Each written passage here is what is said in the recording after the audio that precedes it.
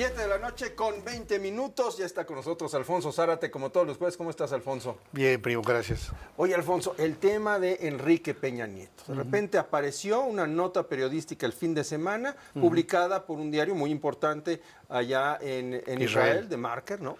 En donde cita declaraciones de un par de empresarios israelíes dedicados a vender software de seguridad y otras cosas, entre ellos el software Pegasus. Y uno de ellos mencionó que alguien en México, el señor N o el electo N, ¿no?, pues había recibido un soborno de 25 millones. La interpretación fue inmediata, se trata de Enrique Peña Nieto, ¿no? 25 millones de dólares destinados a su campaña política.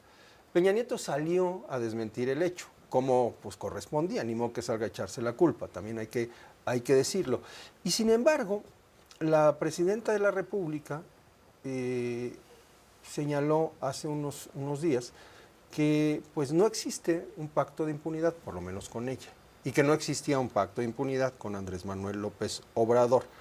Algo que llama la atención porque, pues por la prisa también, lo vamos a poner en esos términos, del fiscal general de la República, Alejandro Gertz Manero, para solicitar información al gobierno de Israel a raíz de estas declaraciones que se publican en la prensa y que, bueno, pues no aportan mayores datos, ¿no? Una postura que ha sido muy polémica. ¿Por qué en este caso sí se abre una investigación y por qué en otros casos donde hay notas periodísticas en otorgamiento de contratos, como pues, los que han sido señalados, los hijos de Andrés Manuel López Obrador, ahí no se hace nada?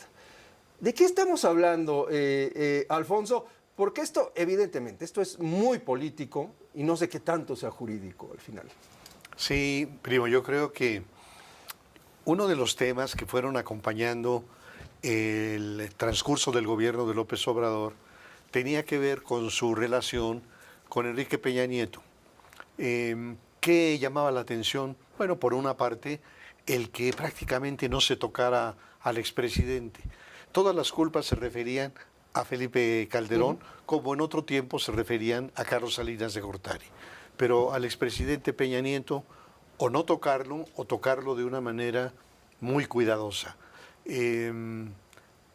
Licenciado Peña Nieto, y López Obrador llegó incluso al extremo de calificarlo como demócrata.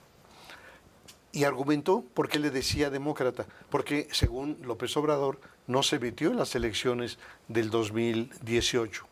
Y me parece que esto es algo inaceptable, porque creo que todos los que observamos ese proceso electoral sabemos que la Procuraduría General de la República mantuvo un golpeteo permanente en contra del candidato del Partido Acción Nacional, Ricardo Anaya. Entonces, ¿cómo que no se metió en las elecciones? Claro que se metió, pero se metió para afectar al competidor de López Obrador. Para beneficiar a López Obrador. Así es, y además a un competidor, porque uno diría, bueno, ¿y por qué esta hazaña en contra de el joven Maravilla? Bueno, pues porque Ricardo Anaya en algún momento había dicho que de ganar la presidencia metería a la cárcel a Enrique Peña Nieto. Entonces, la intocabilidad, la impunidad con la que se movió en estos 6 años Enrique Peña Nieto dejaban el sentimiento de que había existido un pacto, que había un pacto explícito e implícito con el presidente Peña. ¿Y cuáles serían las explicaciones de ese pacto? Bueno, una primera tendría que ver con el hecho de que jugó un papel activo que permitió que López Obrador llegara a la presidencia. Pero había también otra hipótesis, que los servicios de inteligencia del gobierno de Peña Nieto tenían una información de lo que habían espiado al propio López Obrador, a su esposa, a sus hijos, a su chofer, a su cardiólogo, y que tenía toda una serie de expedientes negros que podía haber utilizado en un momento determinado. Entonces, cualquiera que haya sido la explicación de el cuidado que tuvo López Obrador, lo cierto es que ahí estuvo. Y sorprende, primo, sobre todo, por la naturaleza del gobierno de Enrique Peña Nieto. Y yo creo que hablar de Peña Nieto nos refiere inmediatamente al Grupo Tlacomulco. Y el Grupo Tlacomulco a el fundador, que fue Isidro Fabela. Isidro Fabela llega a la gubernatura del Estado de México después de un hecho sangriento que fue el asesinato del gobernador en ese tiempo, el gobernador Alfredo Zárate Albarrán, que es asesinado por el líder del Congreso del Estado en una comida con razonamientos de influencia política. Pero a partir de este asesinato, el presidente Ávila Camacho llega a la conclusión de que tiene que hacer algo para modificar el perfil de esa clase política mexiquense sumamente agreste y violenta. Y para eso trae a un diplomático de Europa a que gobierne, que va a ser Isidro Fabela. Y Isidro Fabela le va a dar a la clase política mexiquense al menos dos atributos muy importantes. El primero, el cuidado y la pulcritud en lo físico, en lo superficial. Entonces tú vas a ver una gente de Tlacomulco, la manera en que viste, la corbata de seda, todos el hablan calzado. igual, ¿no? Están todos cortados con la misma tijera. Así es, eso es algo que algunos dicen que se los impuso el profesor Hank, no, fue Isidro Fabela. Y la segunda característica es la utilización del poder para el enriquecimiento personal y de grupo. Y claro, el gran discípulo de Isidro Fabela fue Carlos Hank González, que a su vez le aporta dos frases inspiradoras a la clase política priista. La primera, un político pobre es un pobre político. La segunda frase es, en política, cualquier cosa que se puede resolver con dinero es barata. Entonces, cuando llega Peña a la presidencia de la República, es el asalto al poder. Y tú puedes analizar cómo en las posiciones donde se maneja dinero, en las oficialías mayores, en las direcciones de administración y finanzas, miembros de la cofradía mexiquense. Y ¿qué es lo que tenemos entonces? La estafa maestra, los contratos indebidos para Odebrecht, para OHL, para el compadre San Román, en fin, una serie de ilícitos y una voracidad y una ineptitud, porque también los grandes proyectos de Peña Nieto fueron grandes fracasos. Hoy tenemos todavía lo del tren México-Toluca, sí, pero la cancelación del México-Querétaro y un crecimiento del 2%, que es la tercera parte de lo que ofrecieron ellos en la campaña, que era el 6%.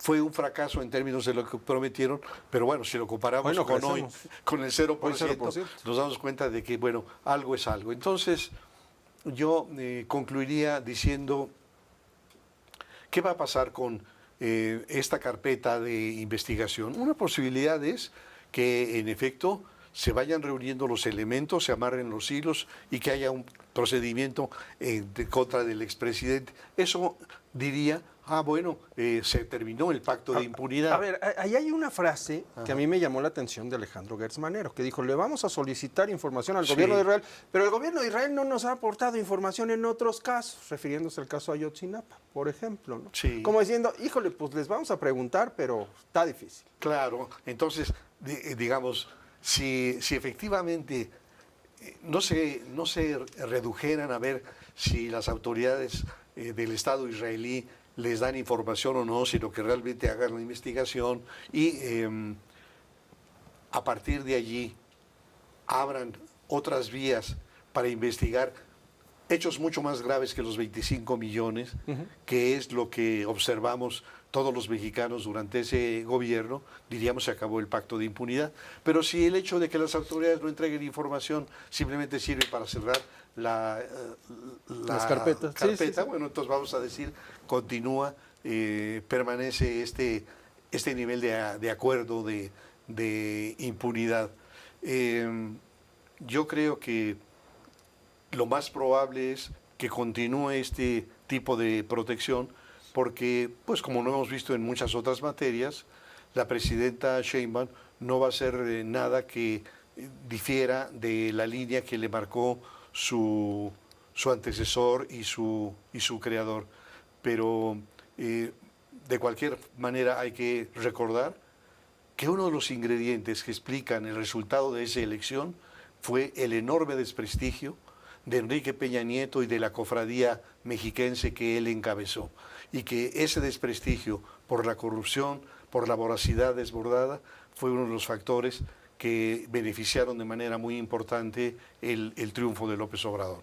Sin lugar a dudas. Esa forma de actuar de sí, la cofradía mexiquense, pero además de eso que llamaban Nuevo PRI, ¿no? Los Claro. Duarte, los Borges, Exacto. que no solamente eran voraces, sino que eran cínicos. Sí, la clase política del cambio, en donde, bueno, prácticamente era el escándalo de un gobernador y otro, el fracaso de esa clase política de renovación. Y de nuevo vemos el comportamiento del electorado, primo.